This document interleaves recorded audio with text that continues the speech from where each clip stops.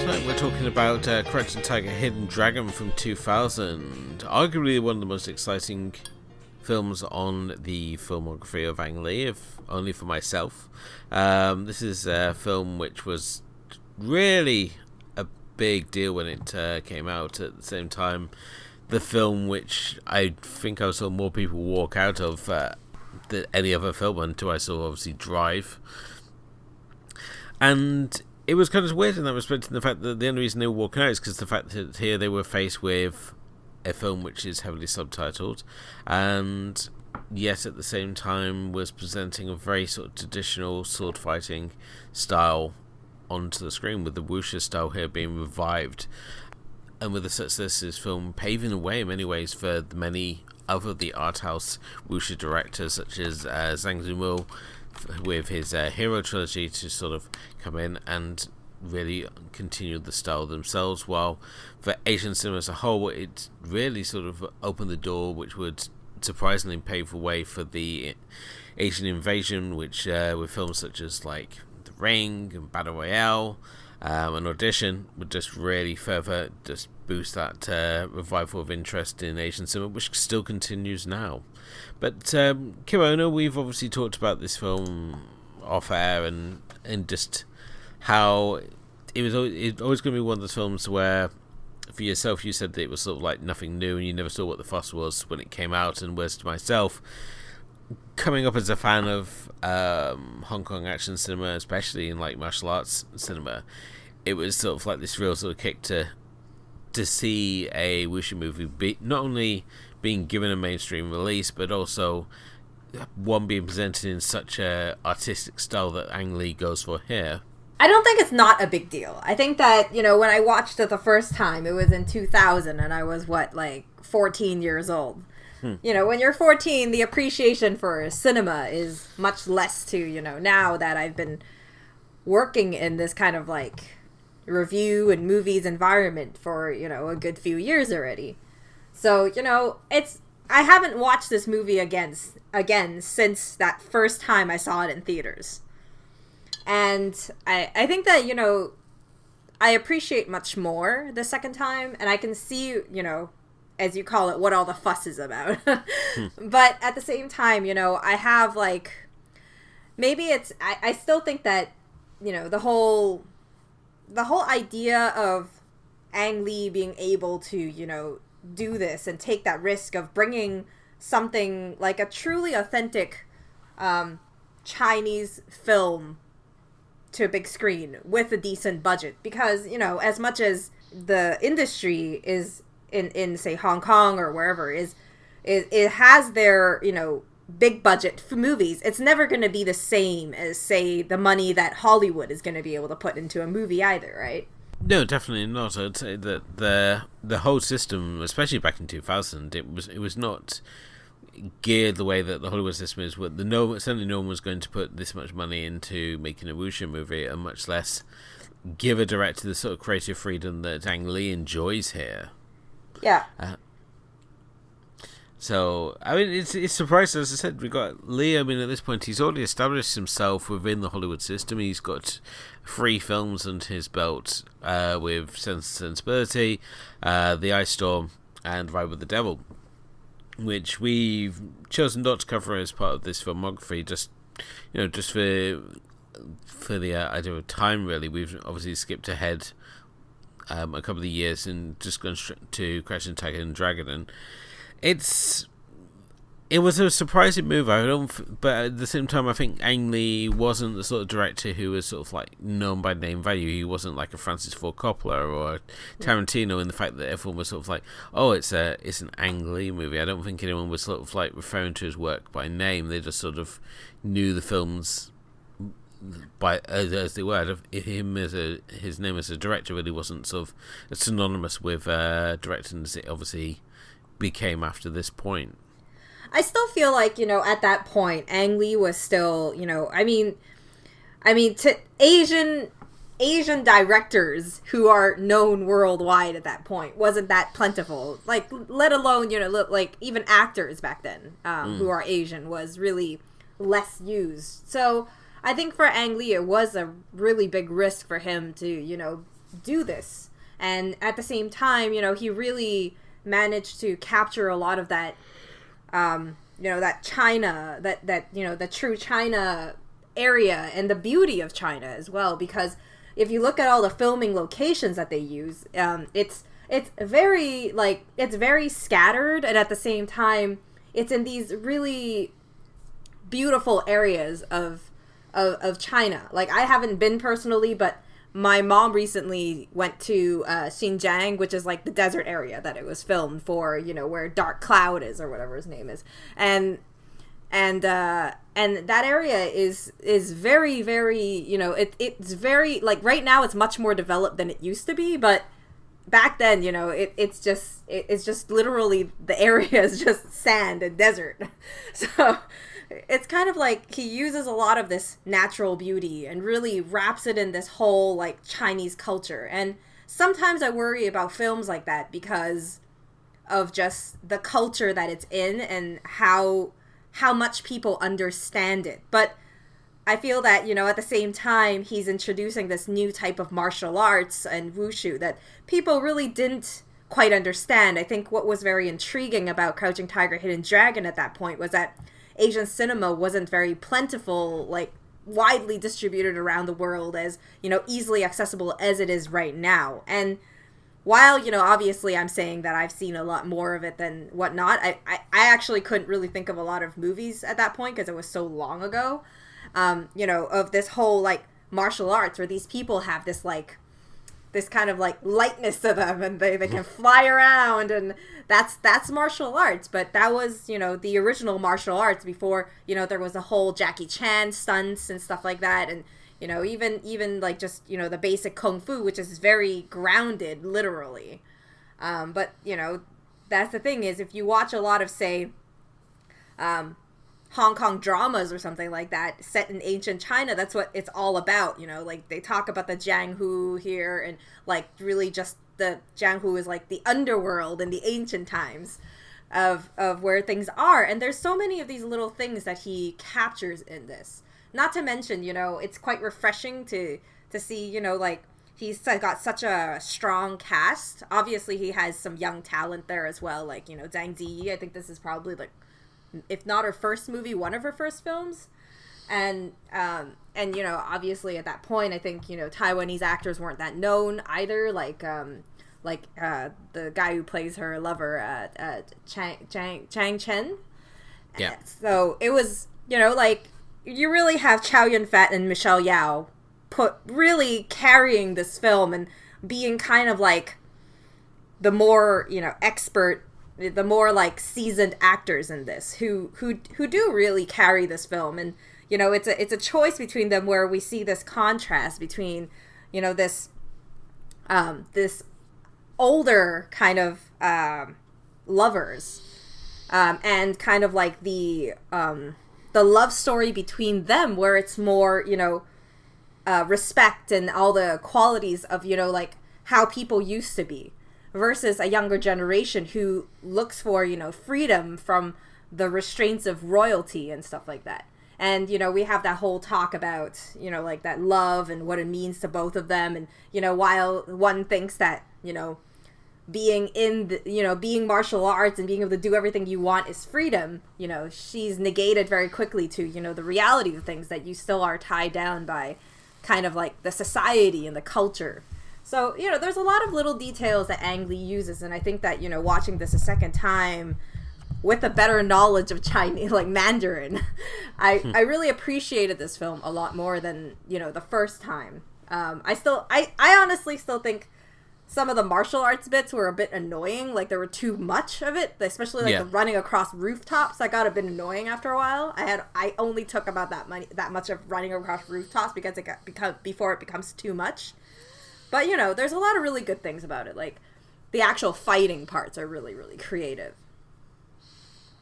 Definitely so. I mean, the wuxia genre, obviously the wuxia being... And I'm going to apologise to Kim because obviously I'm butchering your language here. But obviously spoke up to two words. You got Wu, which obviously means martial, military, or armed, and then you got Zhao, which is obviously about chivalrous, vigilante, or hero. These films are sort of really noteworthy for introducing the wire fu style, which enables characters, to Kim was saying, to basically fly across the screen, and certainly Ang Lee takes it to a whole new level here as we see characters running across rooftops and fighting amongst bamboo trees, and really adding to that fantastical element while at the same time seemingly strangely grounded. These sort of films, I mean, they often have a more sort of fantastical edge to them, which we see in like Mystical Warriors of the Mountain Wu and the Dragon Gate Inn films. So with here, Leo is just taking the sort of concept that we've seen before and doing something completely different. I mean, he pitched this film to Michelle Yeoh as Sense and Sensibility with sword fighting, and that apparently was all she needed to hear to get signed on to this film. So, and I think in many ways that's what we get here. We get a period drama, but at the same time we're also getting those martial arts elements in there as well. The wire fu elements, which obviously he takes to such an extreme and such a visual extreme, certainly adding something that Western audiences I don't think had really seen before, especially if they weren't genre fans already. It would have been something completely new to see characters flying through the air and just doing fantastical feats with absolute ease, and I think that was certainly something of a bit of a culture shock to a lot of people when it sort of threw them off, and while others saw it and fell in love with what they were seeing and just wanted to see more, which in turn helped pave the way for more distribution, not only for Asian cinema but also just world cinema as a whole. It was sort of around 2000 that we just suddenly became like a lot more interested in world cinema and seeing what else was out there other than what was on our doorstep. So, but yeah, I really like this film. I mean, just as a genre cinema fan, I mean, that cast is absolutely fantastic. I mean, you got Chow Yun-fat, obviously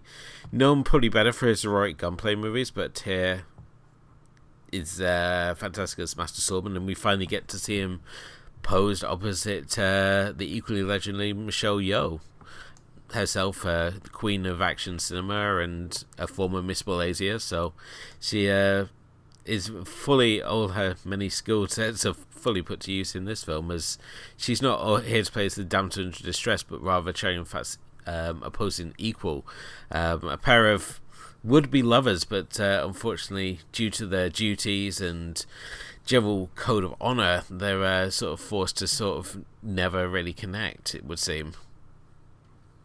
Yeah. I mean, their love story is all about, the restraints of society, pretty much, of how, the different, as you call it, codes of conduct is, they follow a lot of the old respect thing, because it's for, that's why the whole conversation between Michelle Yeoh and I guess we should use their actual names. In the movie, she plays Shu Lian, where she has this conversation with Zhang Ziyi's character, who they become sisters of sorts, kind of thing, and through their conversation they talk about this whole issue of the honor of it all, just the fact that it's this person that she loves, but because of the fact that her fiance pretty much was the best friend, they had this whole thing that when her fiance died in battle, they just felt the respect that they shouldn't be together, even though they had feelings for each other. Oh, definitely. So it's such an interesting angle that, as you said, I mean, the fact that his best friend was obviously engaged to her, and the fact that that's the one thing, this idea of disrespecting his memory by them getting together, and at the same time they also have this equal respect to each other as warriors on the field. I mean, she is a respected soldier. I mean, she heads up the sort of security for Zhang Zi's family, and it's really sort of this chance encounter that the pair have. I mean, Chow Yun-fat's character Mu Bao, he's come to the end of his time as a swordsman. He's ready to put his sword to earth and give it to one of the benefactors, and it's really just through this sort of chance encounter that he is sort of brought back into Shulin's life, and the two have that instant connection again. The moment they see each other, you know that there's a connection there, even before they sort of like start talking about their past and what they've sort of been doing in the time that since they've seen each other last. You can tell there's such a real connection to them, and it's a real great that both Michelle Yeoh and Chow Yun-fat have such chemistry on screen there. It's not too surprising that these are really great actors, and they have immense amount of experience. And I think that one of the things I really enjoy about this whole cast choice is that every single main character, including like Zhang Ziyi, even with her rather like young involvement in the movie, because this is what I'm looking at her filmography right now. This is her third movie that she ever made, and I don't really know. The other one the first was a TV movie, and the second one I feel like it was like a younger version of someone else, so maybe it wasn't a really big role. And then you have Crouching Tiger, Hidden Dragon, and they all have this really, like, I always say the best actors know how to act with your eyes. And for characters like these who really have a lot of things that they're kind of like, especially in Michelle Yeoh and Li Mubai and Shu Lin's relationship, they really have this, they look at each other and they just know, they kind of like feel each other, even without them having to say the words really, very clear. And I think that's, I don't know how many actors could have actually had that kind of connection on screen, I guess. Yeah, definitely so. And I mean, you also have to remember the fact that Michelle Yeoh, she doesn't speak Mandarin. She only speaks Cantonese. Chow Yun-fat actually speaks both Cantonese and Mandarin, and Zhang Zi, again, she didn't speak Mandarin as well. So the fact that you got someone who doesn't speak the native tongue, so to speak. Zhang Zi speaks Mandarin. She's from Beijing, so she speaks Mandarin. Does she? Yeah, all of them speak Mandarin. It's very obvious that Michelle Yeoh's Mandarin is less polished. Like right. When she's very like she has a really like more significant accent when she speaks. Okay. Yeah. You see that's I think this is where she gets the bit of sort of briefing room when it comes to the Western audiences who obviously don't speak Mandarin or Cantonese themselves, so they don't really understand. They don't notice the difference because there. That's the thing is because it's geared towards a Western audience primarily. I would guess that it doesn't really matter whether they have an accent. Say if you were to put the same film in, say it was filmed and it was for distribution from China somewhere else in this current day and age, then they would have gotten dubbed, because anybody with say Michelle Yeoh's character would have gotten dubbed, because it's not the traditional Chinese pronunciation. So that's why I really enjoy it, that that the authenticity of just the whole using this kind of being able to just really hear their voices and their intonations. It didn't really matter too much, I think, because it's geared towards a Western audience, just whether her accent was good or not, but the way she spoke and the way she said her lines and really understanding the meaning of what was being said, it was her emotions that really came through. And I think that's what really mattered in this situation. Definitely so. And I think it was interesting as well, just seeing Western audiences react to the fact that here we have a female character who's portrayed and shown on the same level as her male counterparts. There's no difference in strength or technique at all. They're very, very opposite sort of characters here, which I think was really fascinating to watch, and especially when you consider around 2000 there are no sort of strong female characters as such. There's sort of very few and far between. We've obviously got like Ripley in the Alien franchise.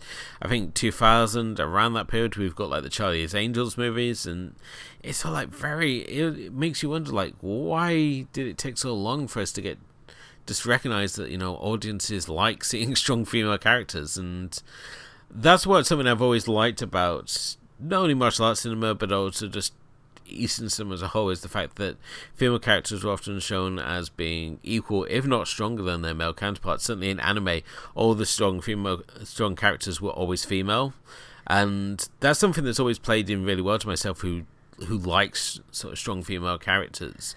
It was just like absolutely perfect, and it's kind of why I had this obsession with Asian cinema. It's just the fact that you have these super strong female characters I just wasn't getting in Western cinema. It was like, oh, finally.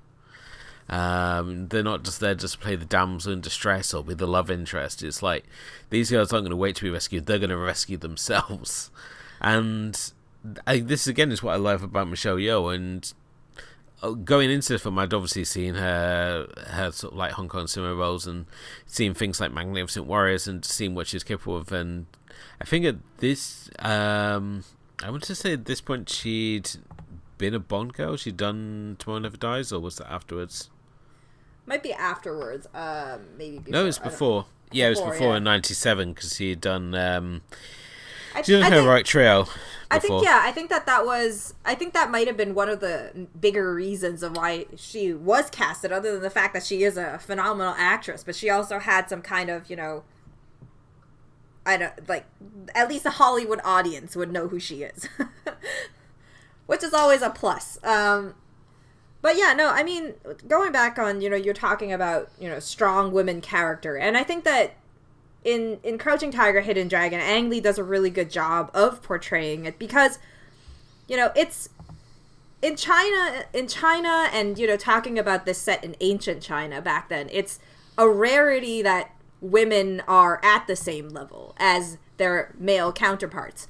And a lot of it, she kind of explains is the fact that you have this big contrast between her and Zhang Ziyi's character. What is her name? I keep saying Zhang Ziyi's character, and I forgot her name. Jen, yeah. So you have Jen is in this whole situation where in a normal flow of life, obviously Jen is born to a royal, like kind of somewhat royalty or a richer family. So she's been, pretty much you have to follow your parents' orders of who you're going to marry. And she's in that process of being married to someone else for business purposes, just to, help her father's business grow. And that's, on one hand, this shows kind of like the tradition of ancient China, before, Mulan was a thing and everybody knew about this kind of deal. And at the same time, you look over and you see, like, her, like, Jen's desire for freedom. And then you see that the loss that Xu Lin had to go through, which she has a freedom, but she doesn't really, because now she has a boundaries between the things that she can get. And I think this kind of contrast really reflects that whole struggle of women back in the day, of trying to, you are viewed to be this kind of like, you're supposed to get married. That's what women are supposed to do. And that's their main job. And yet, because her fiance died at war, she's now in the situation where she runs the business of this thing called Sun Security. And Sun Security is this thing that very little women are involved with, because basically what you are is you're a protection services for items or people, and you get hired to do it. So pretty much what happens is, she goes on all these things and she runs around, and it seems like she has a lot of freedom, but she also has a lot of responsibility, and her martial arts gets really, really used properly. So, I think that, with a lot of this, it's a lot of careful, Ang Lee doesn't really set it in front, but at the same time, she gives you two very strong female characters, both, at this turning point in their lives, trying to get what they want.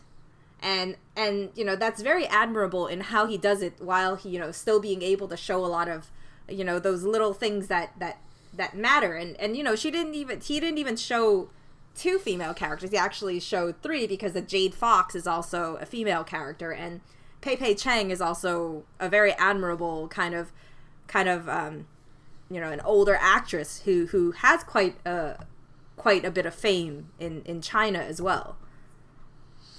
Oh, definitely. So Pepe Chang, let's not forget, was the Golden Swallow. Starred in the absolute legendary martial arts movie Come Drink With Me, a favourite not only of genre fans but also Quentin Tarantino. I love the fact that she appears in this, and the fact that most Western audiences would have no clue who she is. As she appears, she's initially introduced as the governess for Jen, and you soon find out afterwards that she's actually this assassin that's been hiding in plain sight, known as the Jade Fox, who is responsible for the death of Mu Bei's master. And he's been searching for years for her, and without having any success to find her. And at the same time, she's been training Jen as a protege.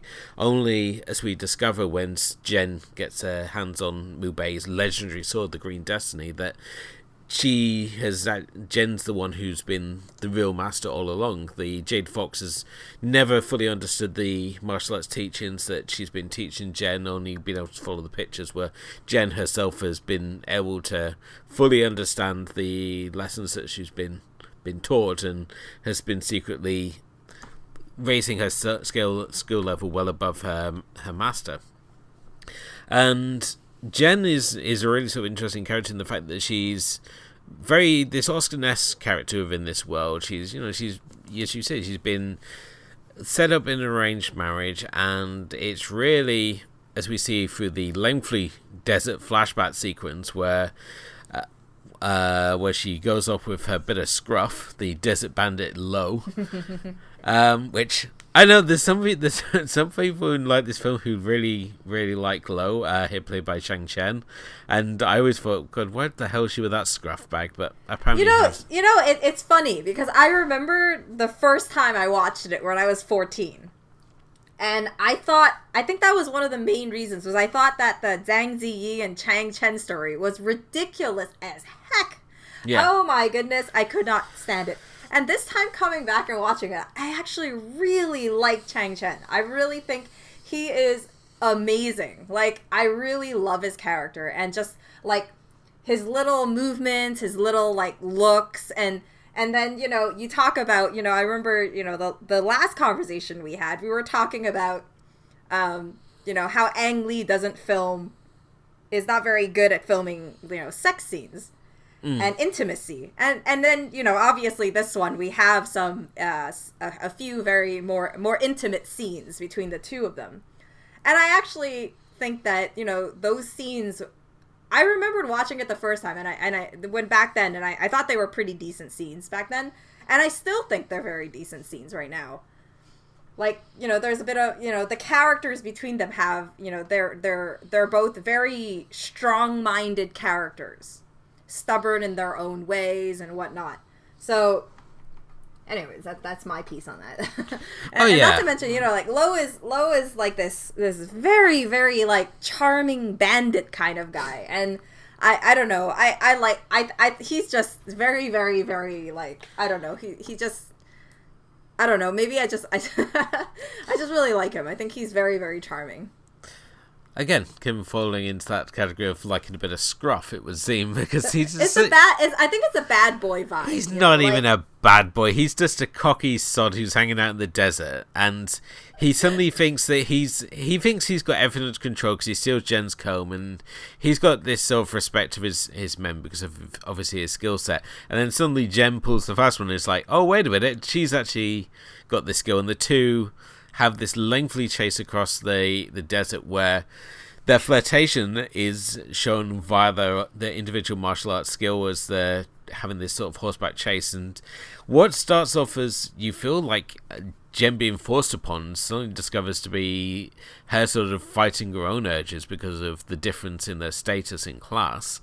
And I know a lot of people felt that it was sort of like a whole sequence that could have been cut from the film, as it sort of came out of nowhere, this random flashback into what she was doing in the desert. But at the same time, it adds so much because it balances and redeems her character in many ways that we need to. Because if we remove that sequence, it's basically her as the bratty teenager, so to speak, who steals Wu Bei's sword and goes on a little bit of a rampage because she suddenly has all this untouchable power that the Green Destiny provides.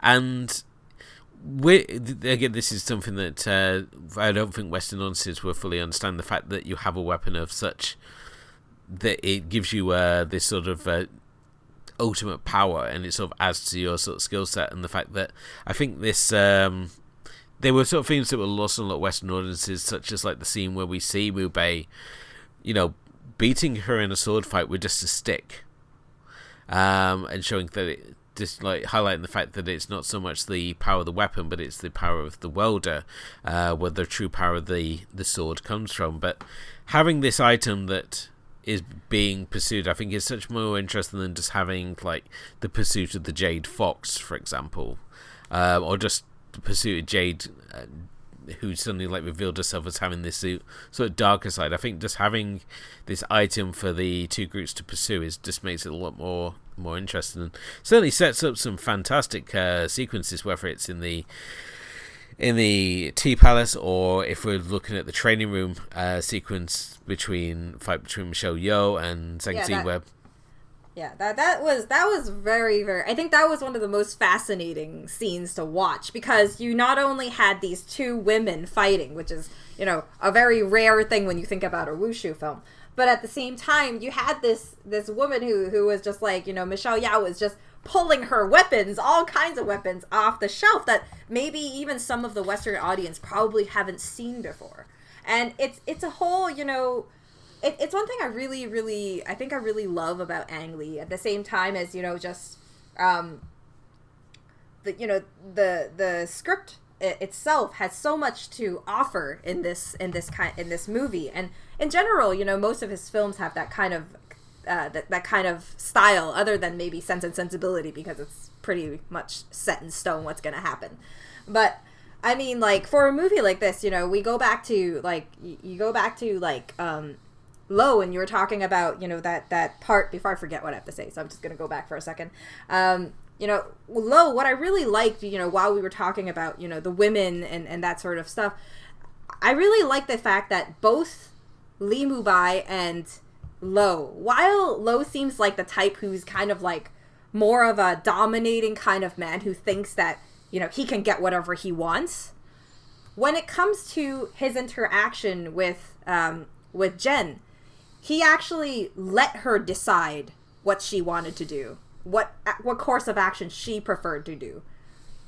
At the same time, obviously, he eventually regrets the choice of letting her go, but it's kind of like it kind of like that section showed, I think, a bit of it was about Low, but at the same time, that sequence that you said shouldn't have been cut out was all about really getting to know this character of Jen a bit more, because obviously the character that we're seeing as she's interacting is not only bratty, but she's very repressed in her feelings.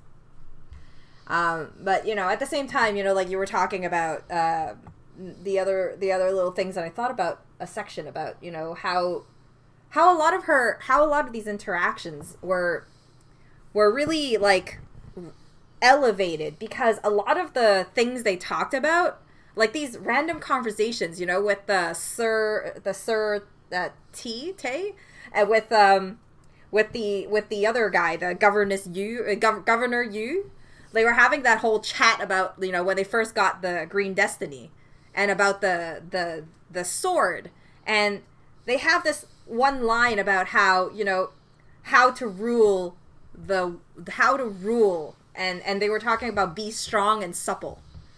And I think that, that in one way kind of reflects, further on how the story progresses with Chow Yun-fat's mention of, that it's the strength of your weapon is more in the welder than the weapon itself. And, I think all of these things, like, I think the script is just so nice. Like, they add so much to the story itself. Definitely so, and it's not the fact everything's played so thoughtfully, and that's like a costume drama. This is the comparison I'm going to continue to draw throughout this episode, really, because it's not a traditional action movie. Yes, we have those action set pieces, but the flow of the film is much more of a costume drama flow to it, such as the fact that when we have characters catch up with Jen, it's not such a big sort of like, you must die, I alone am best. It is more just these thoughtful encounters, especially with when Mubai turns up, because he's continuously with this very sort of zen appearance, such as the aftermath of the weapons room sequence, where he is there chasing after her, and they're like dancing on the water, and they go into the bamboo forest, and it's also beautifully shot and calmly choreographed, and it's such an interesting contrast to the frenziness of the scene we saw before in the training room sequence, where Michelle Yeoh's basically going through every single weapon in that room, and basically when they were shooting it, Lee was like, right, you've got all these weapons and we'll see you use all of them. And for two actresses who are not martial arts trained, they both have backgrounds in dance, which there are many other martial arts actors who have the same, because if we look at the sort of Peking opera training of like Jackie Chan and Sammo Hung and Yong Biao, they all came up through the Peking opera system. And when you think of opera, it's not just a bunch of fat Italians singing. The Peking opera is more sort of martial arts based, and you have disguises, and you have like little weapon shows and stuff like that, and it's a very, very athletic thing. Like you go to school for not just vocals, but like the whole fighting element, especially if you're like the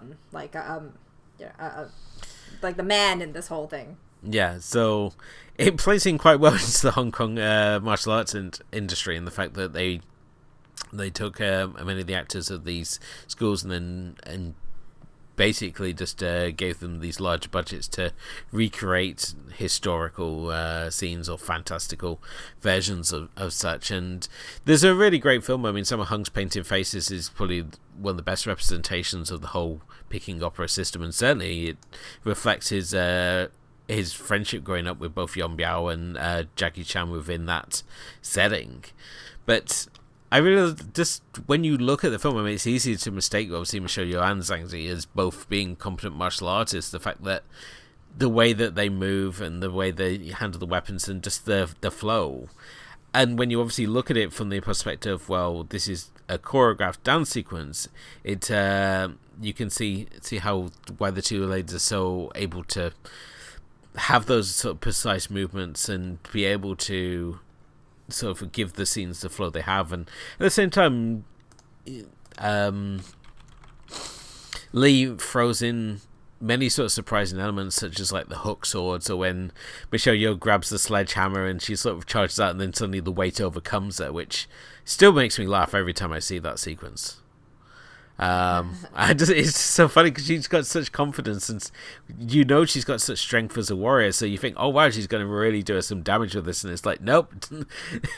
That's where the line lies.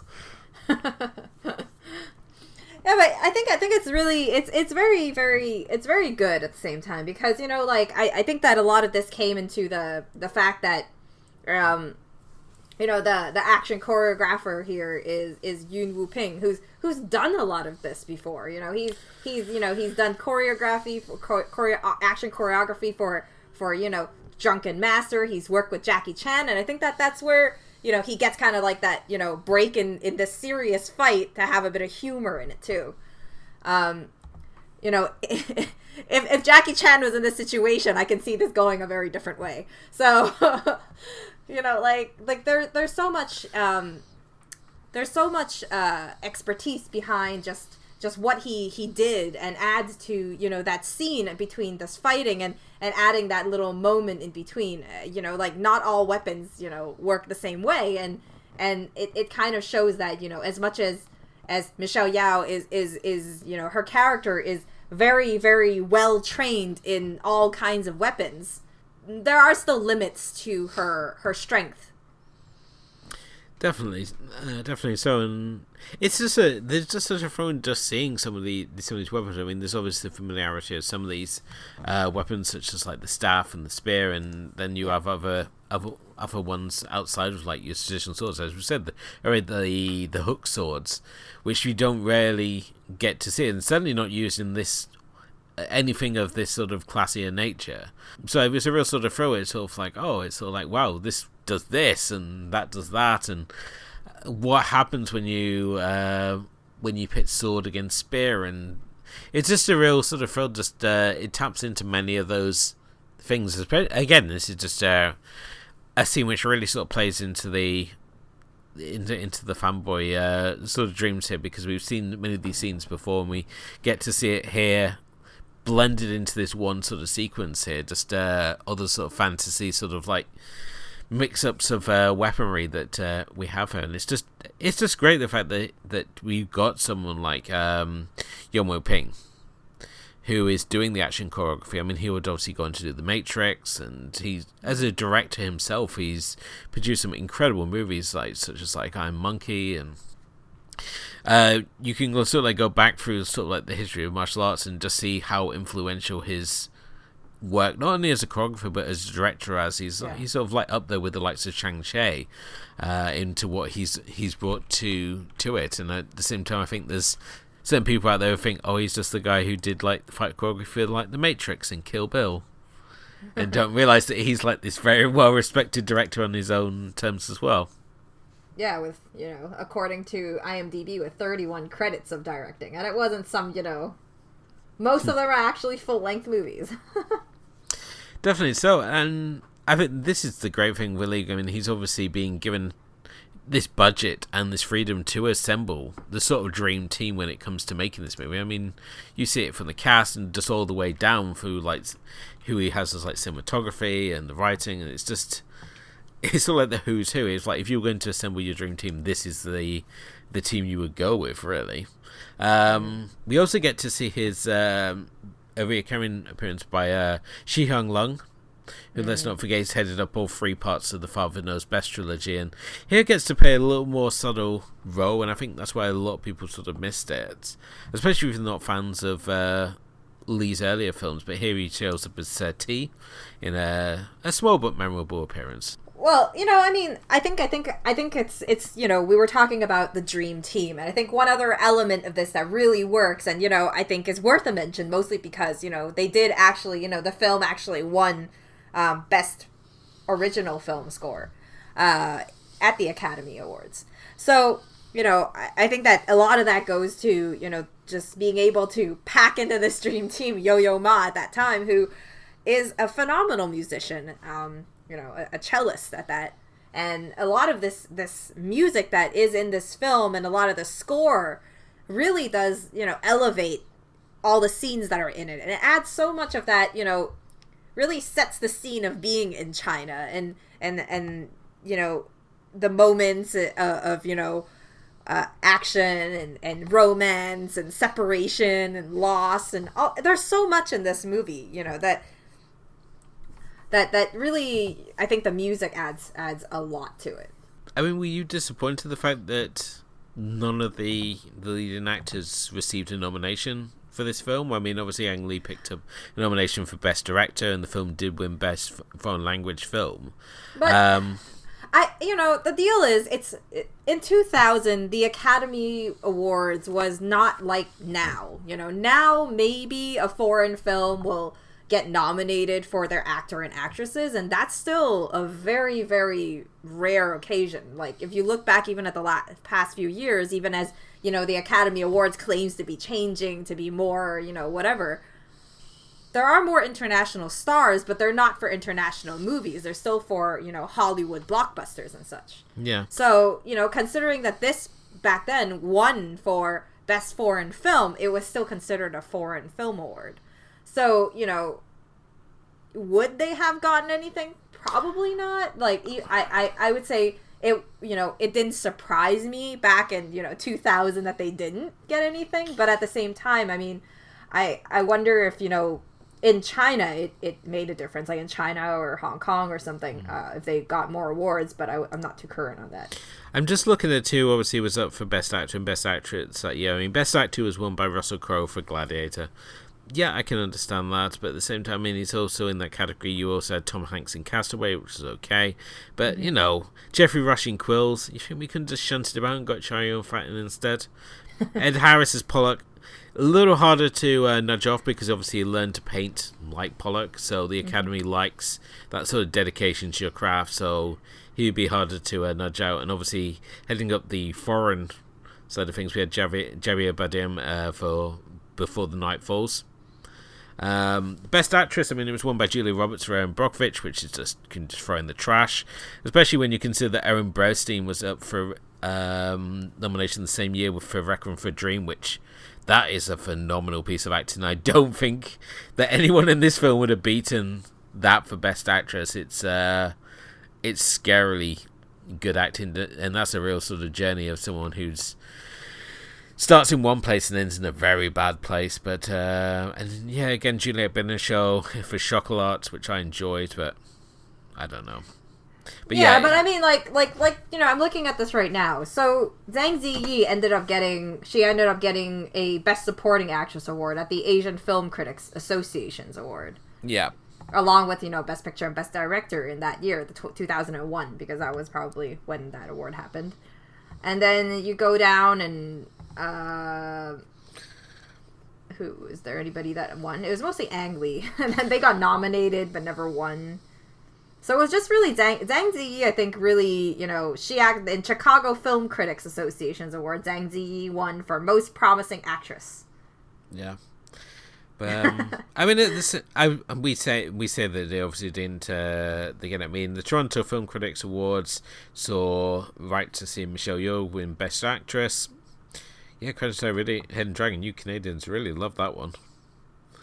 It won everything. It won Best Picture, Best Director, Best Actress, Best Supporting Actress, and People's Choice Awards. So, but yeah, Golden Bohemia also. They, you know, Zhang Ziyi was a big winner. Like that, I think that, you know, Crouching Tiger, Hidden Dragon really put her on the map and gave her so much opportunity and doing a lot of stuff. Yeah, the Hong Kong Film Awards. Yeah, I remember the Hong Kong Film Awards that year was crazy. Like a lot of people won. Yeah, and then the music and stuff like that, yeah. But certainly in terms of opening the door, I mean, you've got Chow Yun-fat continues to be a presence within American cinema, and he'd done at that point, I believe he'd done The Corruptor. He'd done Replacement Killers already, which was bringing across that sort of John Woo sort of style, and he would go on to do The Corruptor. So while he never really became as a bigger thing over in the West as he obviously is over in his in Hong Kong cinema, where he's little just Asian pond. He's just a legend, and probably one of the most generous people in the world, seeing as he gave away all his fortune. Michelle Yeoh obviously has become more sort of established, and she's obviously gone to do films such as like Sunshine and most recently the what was that? The crazy Asians? Crazy what Asians? I forgot. She is in Crazy Rich Asians, which really took me by surprise, because although I went into it just knowing that the leading lady from Fresh Off the Boat, Charlene Yao, I want to say. Mm-hmm. She's sort of heading up, and she's having her own big career at the moment. But Zhang Ziyi did a few bits and pieces. I mean, she did Rush Hour 2, she did Shanghai Nights, and she most remembered did Memoirs of a Geisha, again with Michelle Yeoh, which a lot of people want to pair. Whenever they do double features, they would say, I want to do Crouching Tiger, Hidden Dragon, I want to do Memoirs of a Geisha, which is an interesting blend of films for sure. I would say it would be good, though. I think that, you know, I would say that I think the first movie that Zhang Ziyi did impress me in was before the rewatch of this, obviously, was in Memoirs of a Geisha.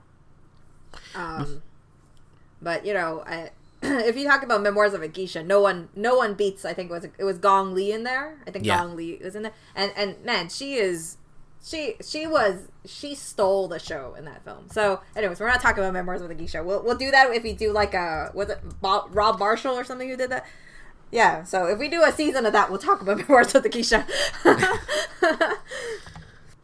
Okay, let's get into a little bit of a spoiler here. The ending, we have a little bit of a tragic ending, which for myself seems very sort of fitting of Asian cinema. There's a lot of tragedy within Asian cinema, and here it's certainly it's a real kind of crushing. It's like finally. The concept of a happy ending is really a 2010s thing, Back in 2000, we were still in the tragedy phase. Every single film wanted you to just bawl, And it's so touching, the ending of this one, because obviously our two leads, they finally are able to confess their true feelings to each other, but unfortunately at the same time he's been poisoned. So he gets to end with like the best line, which is basically means that any other guy who comes into a life before has got like hell of a mountain to climb. It's so good one there, Chow Yun-fat, for screwing up everyone else's chances there. So yeah. No, that was a very touching ending. But at the same time, it felt like, I guess maybe because I was so used to it, and just like you said, I'm kind of like spoiled in the sense that I have access to so much of, what everybody calls foreign cinema, and it's not that foreign to me. Yeah, no. That it's kind of like I expect it to be a sad ending, and then there was a decent amount of foreshadowing before, usually the good guy isn't going to make it, and that sort of thing, and you kind of know that, in the end at some point that someone's going to jump off a cliff. And then it all there's Ang Lee's movies is all about foreshadowing, whether it's in the dialogue foreshadowing what's going to happen later, or for a character, or for multiple characters, or just what's going to happen to a character because of something they talked about before.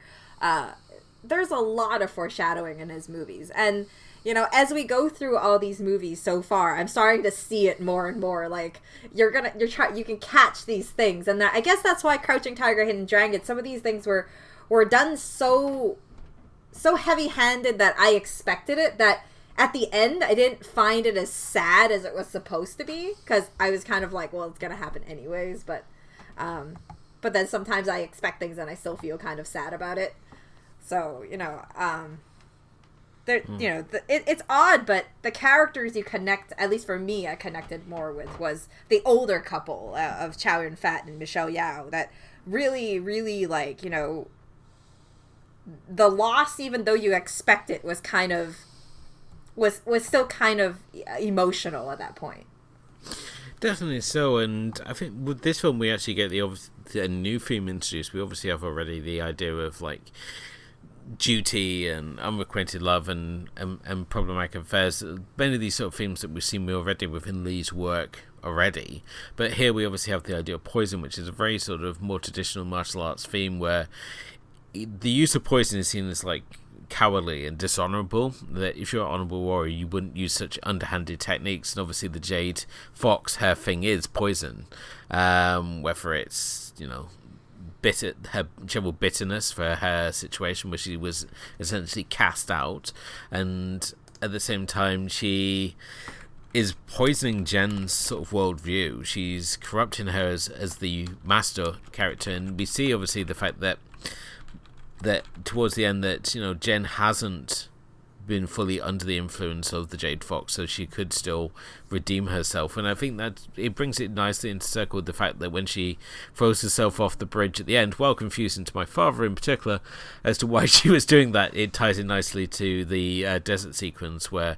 he's obviously talking about the sort of star-crossed lovers, and he throws himself off the waterfall but was uninjured because of his soul being true, and it feels that this is her way to sort of test her soul by replicating that in the sort of final scenes of the film. So, but yeah, you could see it as like, really, I guess, in a way of her trying to find redemption in the things she's done, because I think prior to this point she didn't feel that the things she did were honestly that bad until, obviously she was being killed, she was being attacked by the Jade Fox, but Lee Mu-bai ended up being the person who suffered and pretty much took the hit for her.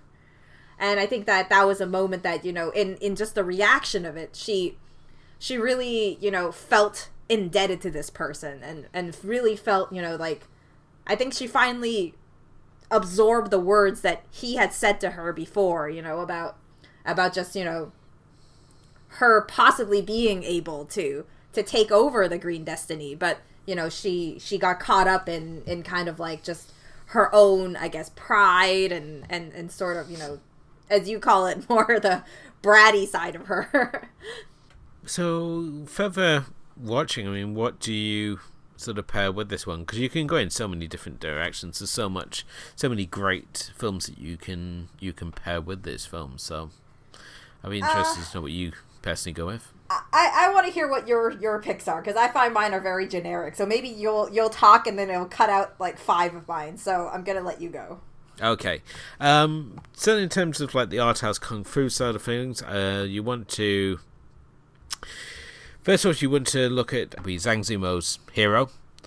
Just the whole of that trilogy is really fantastic, and they can be watched in any order. So you have Hero, you have House of the Flying Daggers, and the much overlooked Curse of the Golden Flower, which sees the return of Chow Yun-fat, and is much more sort of action orientated. But Zhang Yimou has fantastic use of colour throughout his films, and certainly within the use of Hero we get to see him use colour to indicate different flashbacks, as we end up with this sort of Rashomon style story of Jet Li's would-be assassin revealing how he came to face the king that he's supposedly been sent to assassinate. In terms of like more sort of old school cinema, I mean, you can obviously look at the likes of New Dragon Gate Inn, a film which has been itself is a remake of probably about the 7th or 8th remake of that time of Dragon Gate Inn. But a real sort of classic wuxia film, and stars Bridget Lin as a master swordswoman. And I think anytime you've got Bridget Lin on the screen, it's definitely worth checking out. So she's much like Michelle Yeoh. She's all about this. She's all about this. She was the lady of the time. she operates that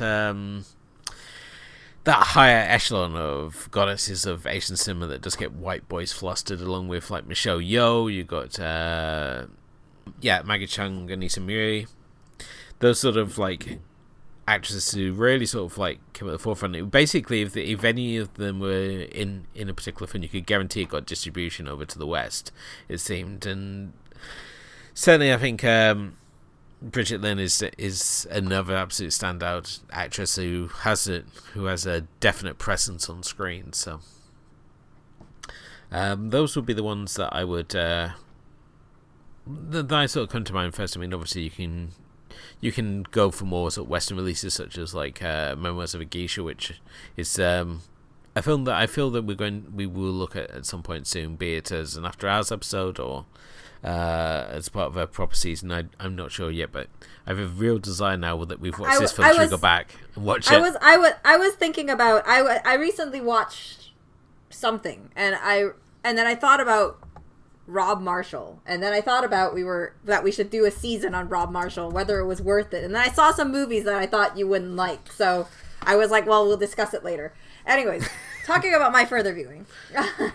My further viewing what was pretty generic. I mean, I expected you to do the Hero trilogy. I personally wouldn't, but okay. It's a great pairing with it. It's just I've seen 10 minutes of each movie and I hated all of the 10 minutes I watched it. So, you know, obviously if you want to go in that sort of your kind of film, I mean, recently Zhang Yimou did come out with his recent film Shadow, which I think could probably pair in with every other film he's done, yeah. You know, in the Hero trilogy. If, you know, for me, I think my first impression is always something more, you know, grounded kung fu would be more like Ip Man, which is very, very accessible. We go on the very accessible first. And then we go for something like, you know, Jet Li heads a bit more into kind of like the more ancient China deal. And that would be, you know, Once Upon a Time in China, which I think is great. Obviously I mentioned, you know, Drunken Master, which really shows off a lot of, you know, not only the directorial, but also like, action choreography in Drunken Master, which is fantastic. I really like that one. For something that I actually caught on Netflix a while ago, but I never, it has like 2 parts, Tai Chi Zero and Tai Chi Hero. Yep. Those 2 are actually quite fun to watch. I don't know if it's still accessible anywhere, but those 2 have kind of a lot of the elements of you know, like the wushu genre. And I think the first one is a lot more comical. I don't know if the second one is comical. I don't think I finished it. And then, you know, you have things like, you know, if you want to go for something more modern in the 90s, something like, you know, Storm Riders is always a pretty good choice with Aaron Kwok, I think. Storm Riders is fantastic. The fact that they made this whole deal about the fact that Storm Riders made more in its native Hong Kong than Crouching Tiger, Hidden Dragon. That was on all the posters. It was all like, Crouching Tiger, Hidden Dragon made this much, but Storm Riders made this much. And it's like, okay, calm down, guys. But because you know there's a lot to love about Storm Riders. The first one, not the second one. Okay, the second one I've heard is pretty bad. So the first one is you know, with Aaron Kwok and his Pepe Chang, who's one of my favorites. And then, you know, you always have you also have an appearance with Sonny Chiba, which is always very welcome. So, you know, Storm Riders is a really great one. It adds kind of like that whole fantasy element to a kind of martial arts kind of film, and set in that same kind of genre that we have here of, you know, the Jianghu underworld kind of deal. So it's very, you know, I definitely say that's one that I would include in my list. And I don't know if these, but, you know, if you know, I just don't know if these books are available, because a lot of these things like Legend of the Condor Heroes and stuff like that, those are very, you know, traditional things that really set off this genre. So I don't know. Anyways, that's my further viewing. Yeah, I'm still going to watch the sequel to this Sword of Destiny, which I was so excited about coming out, and then just never watched it. So maybe we'll do it as an after-hour pick. Maybe. I think that's not a bad idea. And also with, you mentioned already, I mean, Once Upon a Time in China, really fantastic series. I mean, for myself, I would say parts 2 and 3 are the best. 2 in particular sees Jet Li versus Donnie Yen in a climactic fight that we would have to wait until Hero to see the actual rematch for. But Donnie Yen, an actor whose films not only brought us together, but also has really sort of seen him come to the forefront in recent years as the man. It's sort of, he's finally got his due, because it sort of started off with Bruce Lee, and then it went to Jackie Chan, and then Sammo Hung and Jet Li. Well, and he was always there, but no, Donnie Yen immigrated away for a while, so it wasn't like he was inactive for like a good, I think, a few years, until he went back to Hong Kong and then started up with Ip Man and, you know, Flashpoint, and it was a Flashpoint. What was that movie? He did Flashpoint. He did the one before that. It was before Flashpoint was a sequel, no, to SPL. The one that we did. We actually SPL. Yes, SPL. Yes. So yeah, and now Donnie Yen is. He's just so fantastic, especially when you watch Ip Man and just see him like decimate 12 guys at once in like with effortless choreography. Okay, maybe we should do this off air. Our whole fanboy and fangirling over this.